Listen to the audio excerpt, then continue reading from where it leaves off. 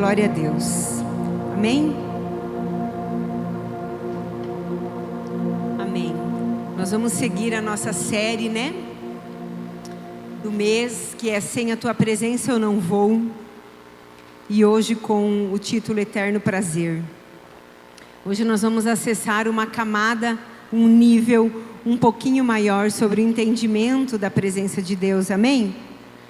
Como é gostoso estar na presença de Deus, não é? Amém? Como é gostoso sentir a presença de Deus.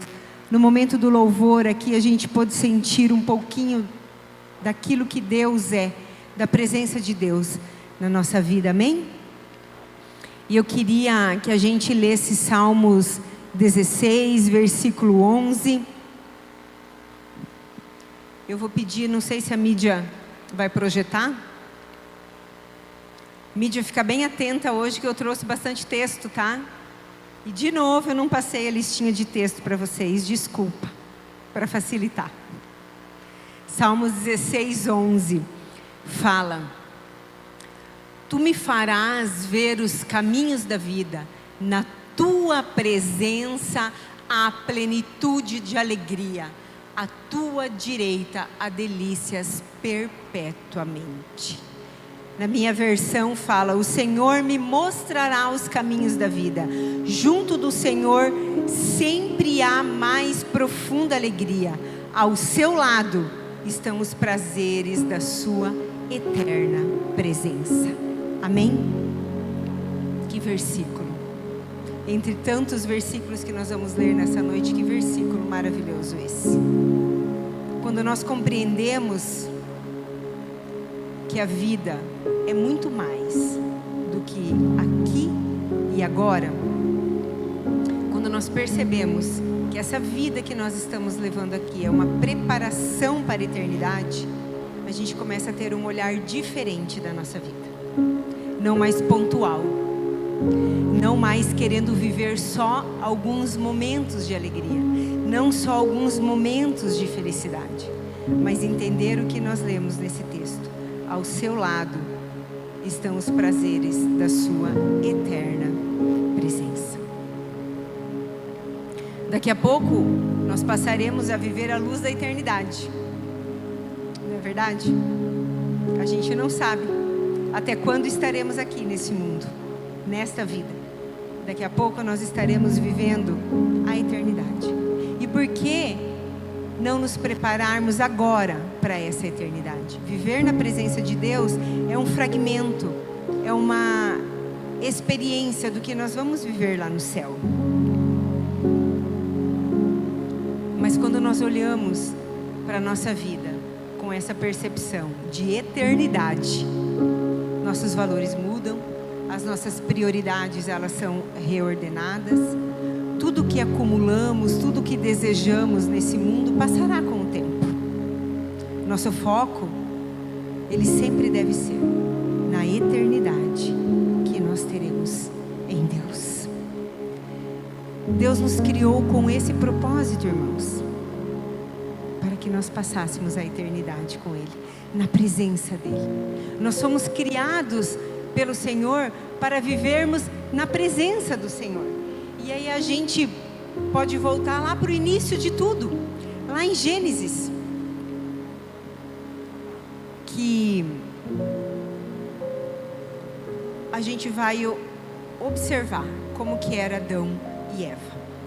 E aí também a gente vai olhar e vai ver que fugir de Deus, fugir da presença de Deus, é uma prática muito antiga. Não é de agora, não é desse momento, não é desse mundo atual, não é dessa geração. Se nós olharmos para Adão e Eva, o primeiro casal, quando eles transgrediram uma ordem dada por Deus, aonde Deus ordena a eles e fala: olha, de toda a árvore do jardim você vai comer livremente, mas da árvore da ciência do bem e do mal, dela não comerás, porque no dia em que dela comeres, certamente morrerás. E aí nós conhecemos a história, né? Eva come do fruto, dá para Adão, e aí eles saem da presença de Deus.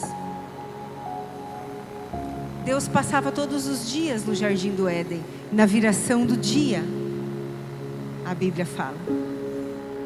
E aí em Gênesis 3, 8, 11, fala assim: e ouviram a voz do Senhor Deus, que passeava no jardim pela viração do dia, e ouviram a voz, Deus presente, que passeava no jardim pela viração do dia. E escondeu-se Adão e sua mulher da presença do Senhor entre as árvores do jardim.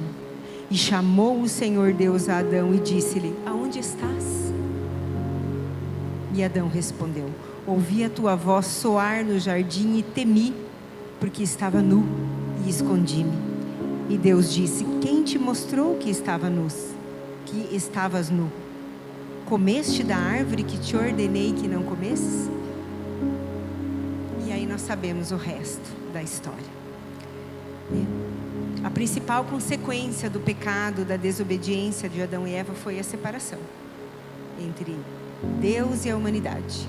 Antes da queda, Adão e Eva, eles desfrutavam uma comunhão perfeita com Deus. Mas após o pecado, eles perderam esse acesso, essa comunhão foi interrompida. O homem foi expulso do jardim do Éden. O pecado criou uma barreira entre nós e o nosso Criador. E nós carregamos isso como uma herança até hoje. E nós precisamos então voltar, reconhecer e fazer essa busca de estar na presença de Deus. E hoje, irmãos, o pecado continua nos afastando da presença de Deus. Ele continua nos afastando do plano perfeito que Deus tem para nós. Isaías 59, 2 fala assim: mas as vossas iniquidades fazem separação entre vós e o vosso Deus. Mas mesmo diante da queda do homem, mesmo diante da separação do homem da presença de Deus, Deus imediatamente, em seu amor infinito, Ele não abandona a humanidade. Desde o momento da queda, Deus começa a desenhar um plano de redenção para restaurar esse relacionamento que foi quebrado entre Ele e o homem. Deus tem esse desejo e nós somos frutos disso, da restauração, quando nós entendemos o plano da redenção, quando nós aceitamos Jesus como nosso Salvador, quando nós dizemos que nós somos dependentes dEle, que sem Ele nós nada podemos fazer. Eu confesso que falar sobre a presença de Deus, para mim, tem sido algo muito importante. No final do ano passado eu fui impactada por essa palavra presença e ela virou uma chave em mim. Com aquele texto em que é o nosso tema de 2016, né? Êxodo 33, 15. Senhor, não me faça sair daqui se tu não fores comigo. Porque muitas vezes, irmãos, nós entramos numa rotina absurda da nossa vida, em que nós achamos, em que nós podemos fazer muitas coisas sem Deus, que nós podemos mudar a nossa vida, que nós podemos conquistar as coisas, que nós podemos fazer, que nós podemos ser, sem a presença de Deus. Por um bom período, funciona. Posso afirmar para você. Mas vai chegar uma hora que vai parar de funcionar. E nós vamos lá para a Bíblia, em Êxodo, da onde vem toda a história de Moisés com Deus, onde no capítulo 33, 15, Moisés fala para o Senhor, quando o Senhor fala para ele que iria dar descanso para ele, e ele fala: Senhor, não, se a tua presença não for comigo, não me faça sair deste lugar. Moisés, ele entendeu profundamente a importância da presença de Deus. Ele entendeu que a presença de Deus não é um auxílio. Ele entendeu que a presença de Deus é uma necessidade inegociável E é isso que a gente precisa entender, irmãos. Que a presença de Deus, ela é inegociável na nossa vida. É inegociável.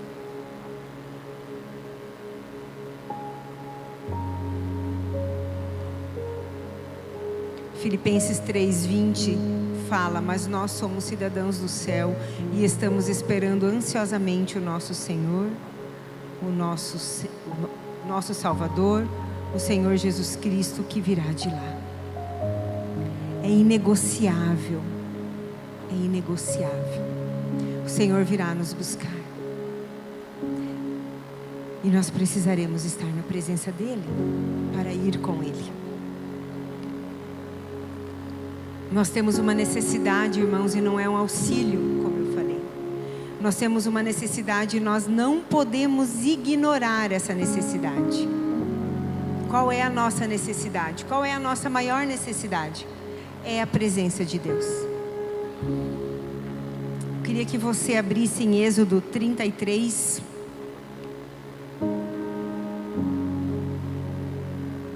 A partir do versículo 1.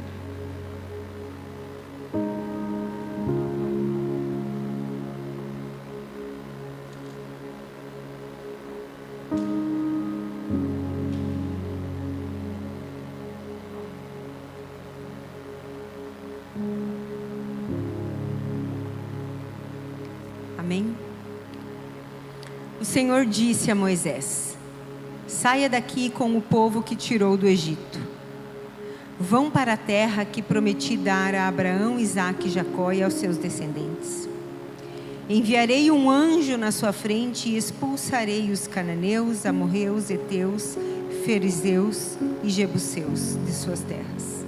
Vocês vão para uma terra boa, para semear e para criar o gado. Mas eu não irei com vocês, porque vocês são muito teimosos, e eu acabaria por destruí-los no caminho. Ao ouvir a má notícia, o povo ficou muito triste e deixaram de usar as suas joias. Fizeram isso porque o Senhor tinha dito a Moisés: diga ao povo de Israel, vocês são muito teimosos. Mesmo que eu fosse com vocês só por um instante, acabaria por destruir vocês. Tirem todas as joias enquanto decido o que fazer com vocês. Por isso, a partir do Monte Horebe, o povo deixou de usar joias.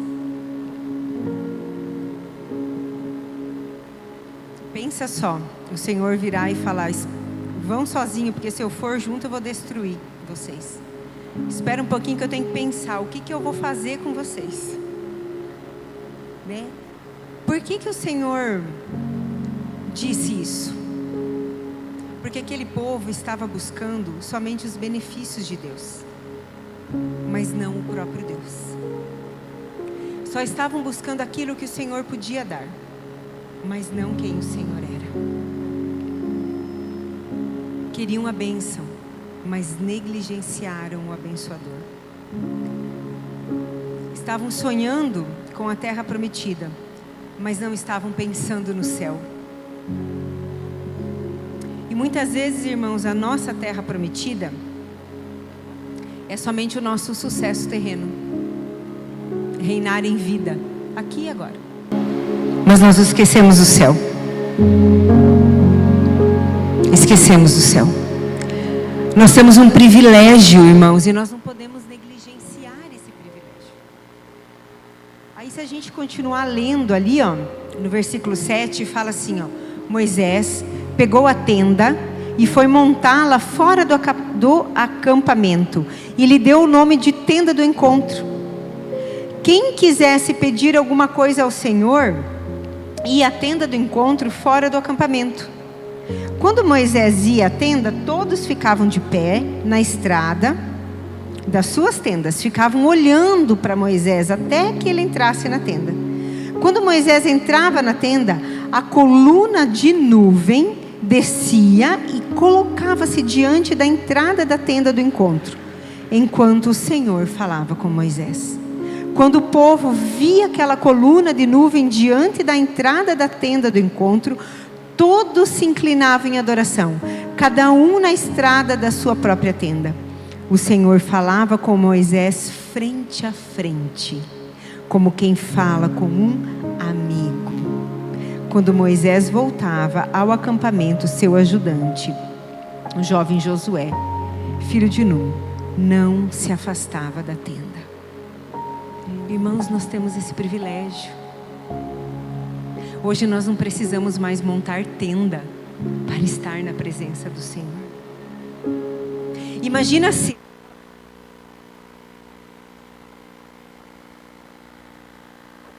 saudante que cobria todo o acampamento. Lá fora o tumulto de milhares de pessoas, que não era 100, 200 pessoas, eram milhares de pessoas. Está Moisés. Ele entra na tenda, o povo olha de longe, o povo fica em silêncio, porque o ar estava carregado de reverência. E aí ali acontecia o encontro de Moisés com o Senhor.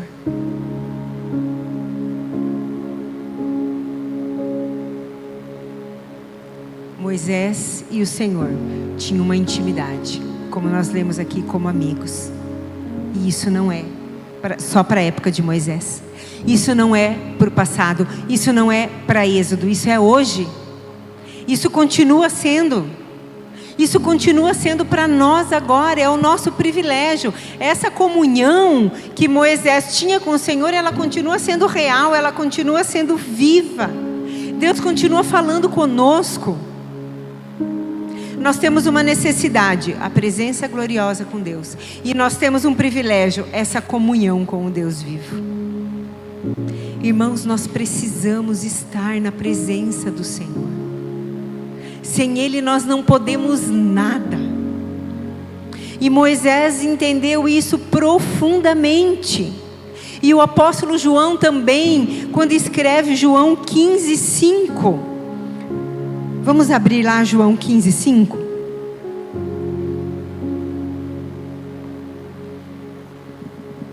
Eu sou a videira, vocês são os ramos. Quem permanece em mim e eu nele, esse dá muito fruto, porque sem mim vocês não podem fazer nada. Sem mim vocês não conseguem nada. Sem mim vocês não vão longe. Sem mim vocês não são nada. O Senhor falando isso. E o que nos difere de Israel não é a terra. Porque Israel naquele momento não tinha terra, não tinha riqueza, tinham acabado de sair de uma vida de 400 anos de escravidão, não era sua cultura, porque eles estavam se desenvolvendo, não era sua justiça.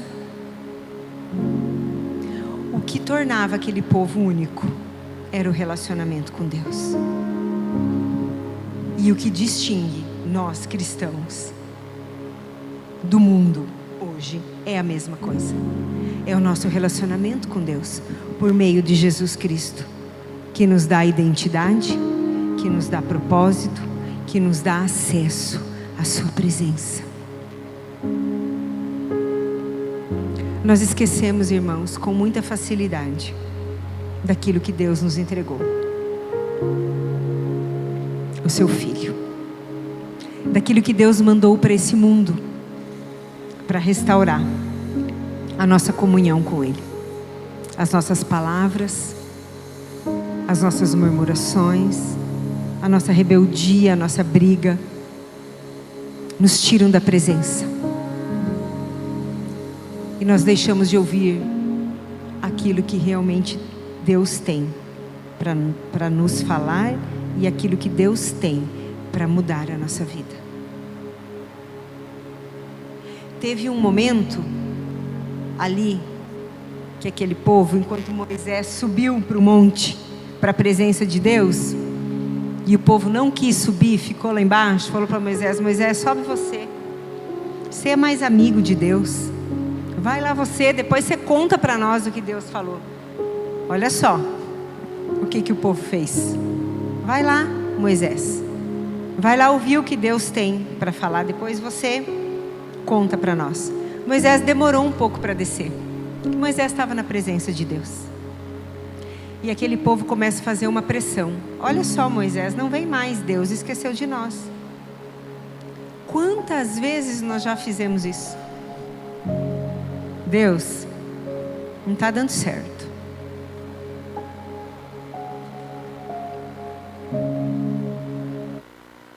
Está demorando. Deus, o Senhor esqueceu de mim. Deus, eu estou te servindo. Eu saí da minha casa. Eu estou aqui. Eu cuido de pessoas. Deus, eu estou na igreja servindo. Mas a minha vida está uma bagunça. Deus, onde que o Senhor está? Está demorando, Deus. Eles fazem uma pressão em Arão, que era o braço direito de Moisés. E aí o que eles fazem? Eles recolhem todo o ouro do arraial, derretem e fazem um bezerro para adorar. Quais são os nossos bezerros de adoração hoje?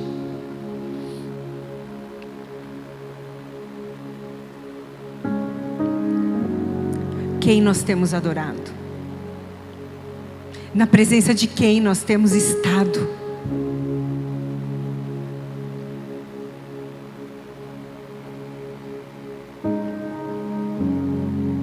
Irmãos, nós precisamos nos fortalecer no Senhor para permanecer firmes, sem deixar que as pressões, que as dificuldades, que os problemas nos tirem da presença de Deus.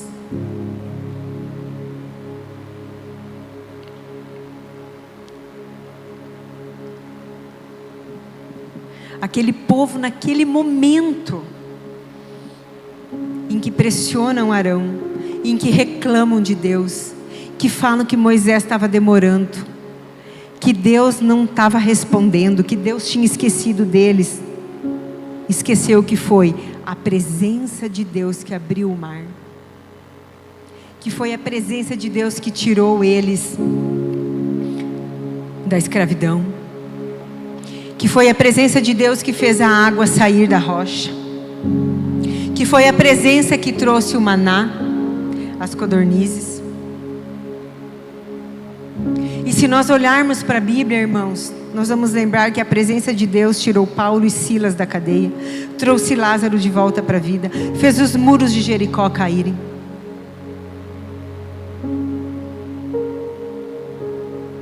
Deu vida nova para a mulher samaritana. Perdoou, curou, fez cego ver, coxo andar. Sempre foi a presença de Deus.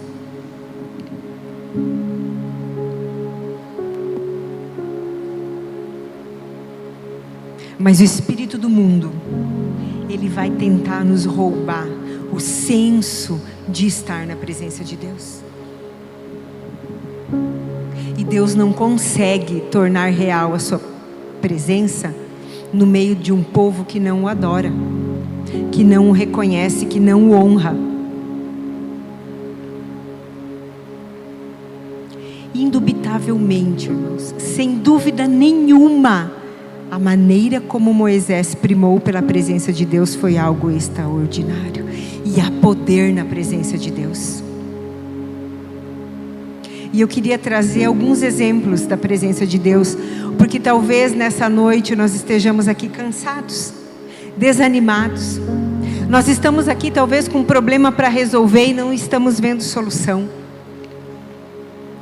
Nós estamos aqui olhando para o monte e falando, está demorando, não está chegando, ou não vai chegar, ou já desistiu.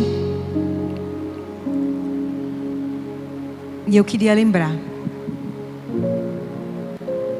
de alguns cenários da Bíblia.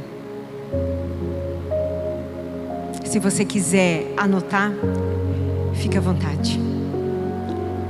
A presença de Deus na vida de Abraão. Até os ímpios que o cercavam reconheciam a diferença que havia entre as suas vidas e a vida dele. Gênesis 21, 22.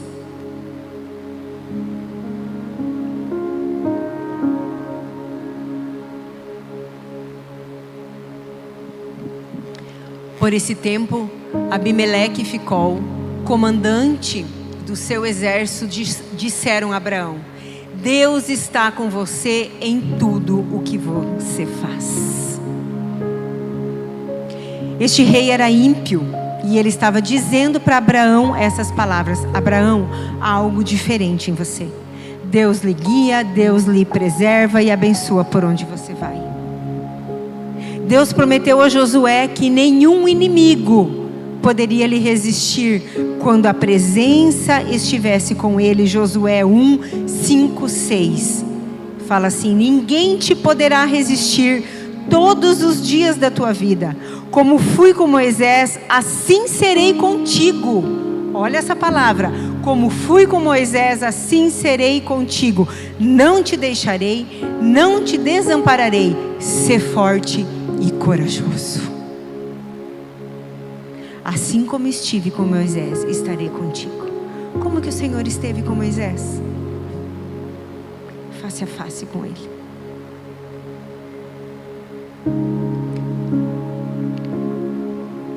Deus disse a Gideão, lá em Juízes: o Senhor é contigo, homem valente. Vai nessa tua força e livra Israel. A expressão "a tua força" era Deus falando para Gideão assim: olha, Gideão, há uma força em você que é tão poderosa, mas tão poderosa que pode salvar Israel. Essa força é minha. Era isso que Deus estava falando para Gideão, porque Gideão realmente era medroso, mas Deus o chama de homem valente, porque desejava provar para Gideão o que qualquer pessoa pode fazer quando a presença de Deus está nele. Vai nessa tua força, homem valente. Deus fala para Jeremias que o país inteiro se viraria contra ele e rejeitaria as suas profecias. Mas contudo Deus prometeu algo lá em Jeremias 15, 20. Deus falou assim: eles pelejarão contra ti, mas não prevalecerão contra ti, porque eu sou contigo, para te livrar e te salvar. Deus está dizendo: Jeremias, não importa que tudo esteja contra você, não importa que um país inteiro esteja contra você, o que importa é que a minha presença está contigo. Deus fala para Isaías: não temas, porque eu te remi, chamei-te pelo teu nome, tu és meu. Isaías 43, 1, 5. Tu és meu. Quando passares pelas águas, eu serei contigo. Quando pelos rios, eles não te submergirão. Quando passares pelo fogo, não te queimarás, nem a chama arderá em ti, porque eu sou o Senhor teu Deus e te amarei. Não temas, porque sou contigo. Não importa o que você está passando, qual é a crise que você está vivendo, em qual área da sua vida, vá para a presença do Senhor. Vá para a presença do Senhor.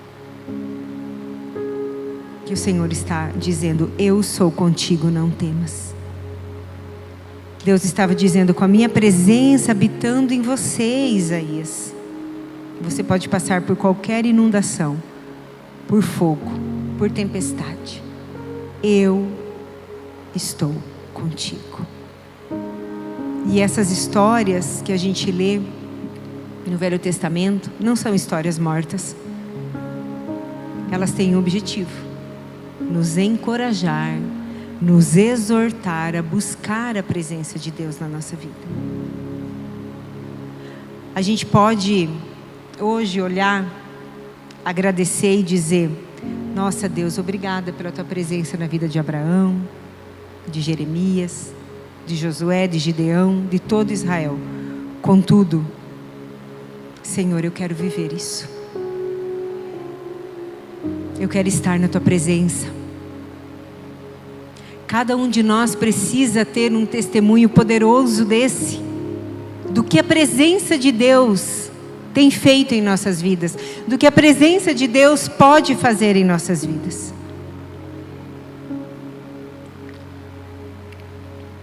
Deus determina uma condição para a sua presença em nossas vidas. 2 Crônicas. Lá no livro de 2 Crônicas tem uma história, 2 Crônicas 14, 11, 12. No capítulo anterior, no 14, estou falando de 2 Crônicas 15, mas em 2 Crônicas 14, o rei Asa, ele havia conduzido os exércitos de Judá por uma grande vitória contra um exército etíope de 1 milhão de homens. Quem sabe a sua guerra nessa noite não seja contra 1 milhão de homens, mas você está lutando uma guerra. E o rei Asa, então, ele conduz o exército de Judá por uma grande vitória contra um exército de 1 milhão de homens.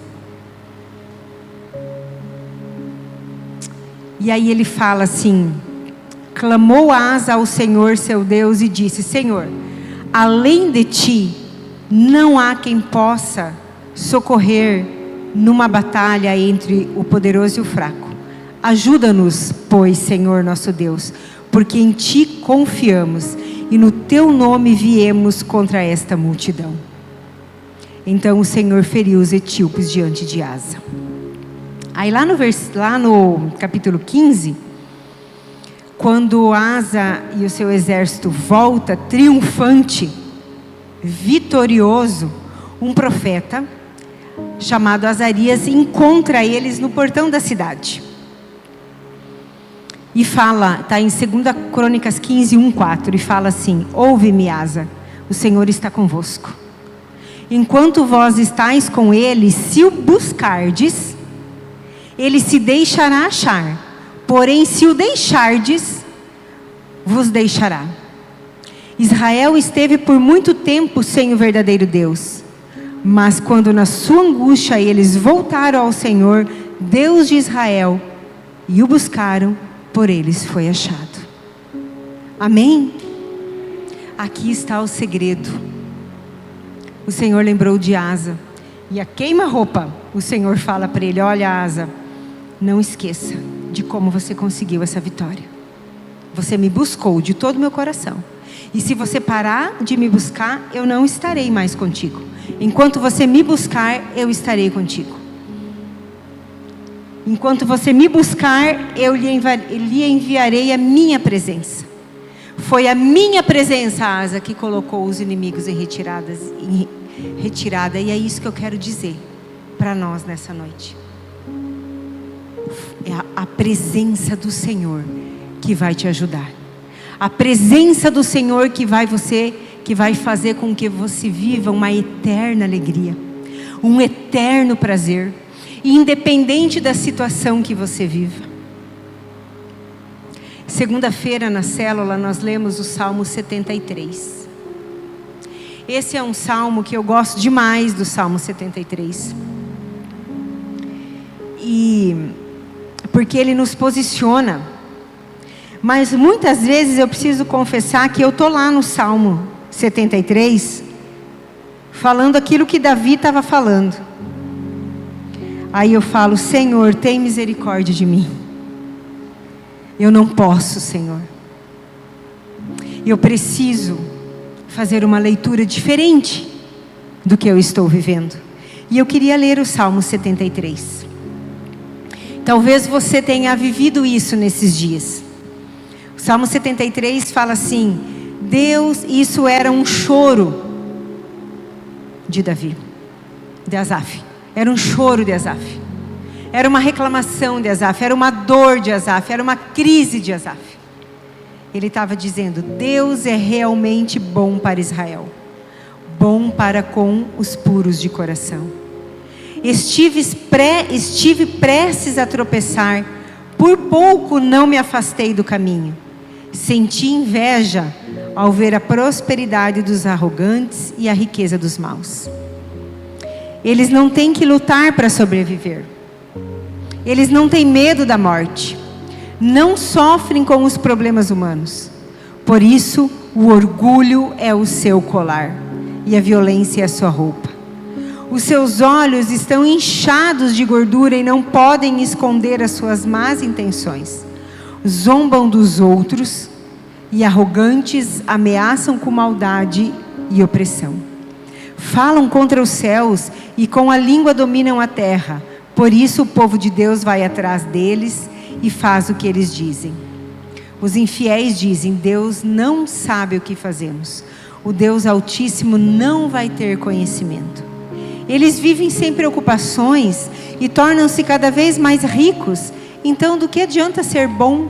Quantas vezes você já não se fez essa pergunta? O que adianta ser bom? O que adianta fazer tudo certo? O que adianta cumprir os mandamentos do Senhor? O que adianta estar na igreja? O que adianta estar numa célula? Que importância tem o não fazer mal a ninguém? Porque sofro todos os dias e sou castigado todas as manhãs.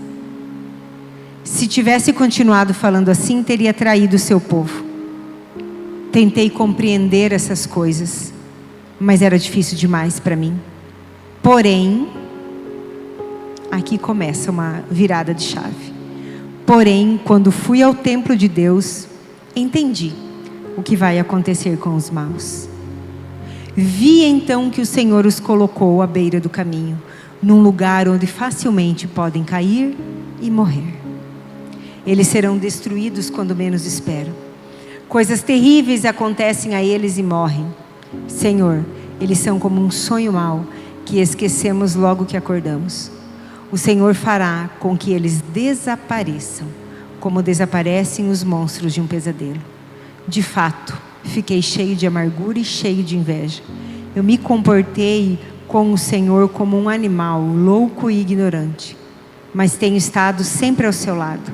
O Senhor me conduz pela mão, o Senhor me guia, me dá bons conselhos e depois me receberá com honras. Só ao Senhor tenho no céu. E se estou com o Senhor na terra, não preciso de mais nada. Mesmo que o meu corpo e o meu coração desfaleçam. Deus é a minha rocha. Deus é a rocha da minha vida e a minha herança para sempre. Aqueles que se afastam do Senhor serão destruídos. O Senhor destruirá todos os que lhe são infiéis, mas eu permaneci ao lado de Deus. Essa é a minha alegria. Coloquei toda a minha confiança no Senhor Deus. Proclamei a todos os atos que Ele fez. Esse é o Deus a quem nós servimos. Muitas e muitas vezes nós nos pegamos olhando para os outros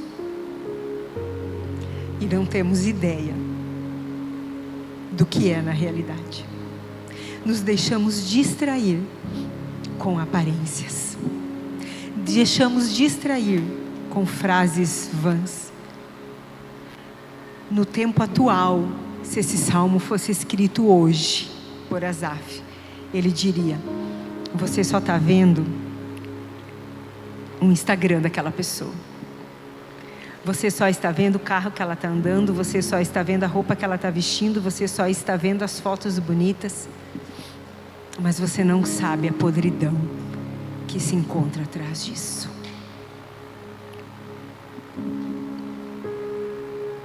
Mas eu permaneci ao lado de Deus. Essa é a minha alegria.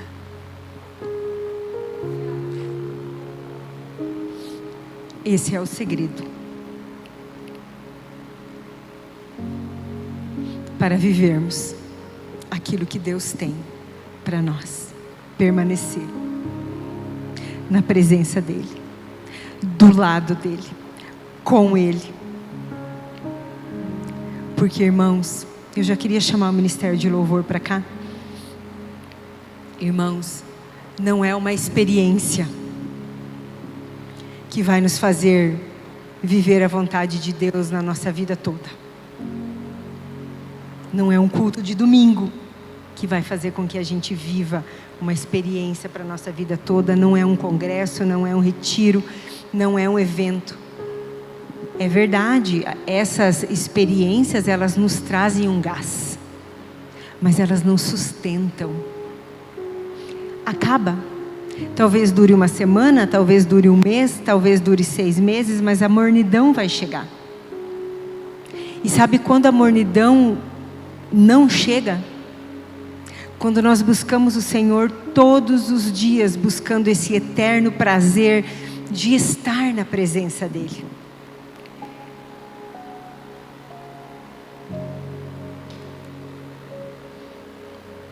João 14, do 9 ao 11, Jesus estava falando algo com os seus discípulos. Ele estava dizendo para os seus discípulos como que ele vive, como que ele vivia.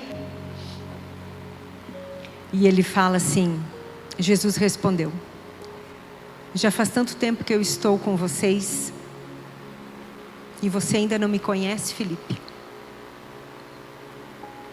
Quem me viu, viu também o Pai. Como você pode dizer, mostra-nos o Pai? Você acredita que eu estou no Pai e que o Pai está em mim? Não é verdade? As palavras que eu digo a vocês não vêm de mim. O Pai que vive em mim está fazendo suas próprias obras. Acreditem em mim quando digo que eu estou no Pai e o Pai está em mim. Se não for assim, acredite pelo menos por causa das obras que eu faço. O que Jesus estava falando para os seus discípulos?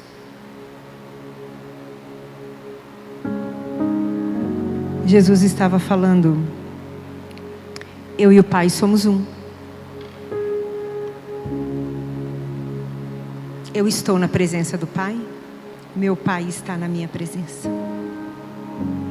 É isso que Jesus estava falando para os seus discípulos. E é nessa presença gloriosa que nós precisamos estar.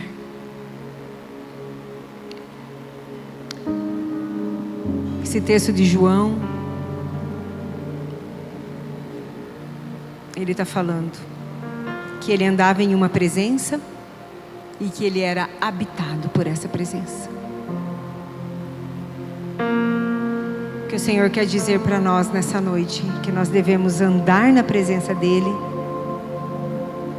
e habitar na presença dEle. Porque a presença de Deus não é um lugar que nós visitamos. A presença de Deus é um lugar que nós habitamos até a vida eterna. A presença de Deus não é um lugar que visitamos, irmãos.